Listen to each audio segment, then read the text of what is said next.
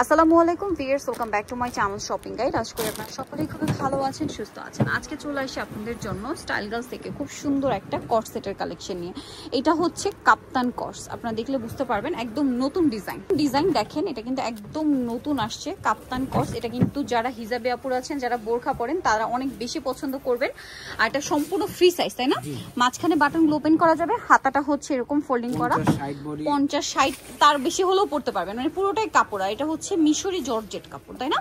এটা হচ্ছে light weight plus হচ্ছে নন ট্রান্সপারেন্ট। দেখেন এই যে লাইট ওয়েট, পাশাপাশি হচ্ছে নন ট্রান্সপারেন্ট। এটার সাথে সফট কাপড়, আরামদায়ক কাপড়। এটার সাথে সালোয়ারটা কি আছে,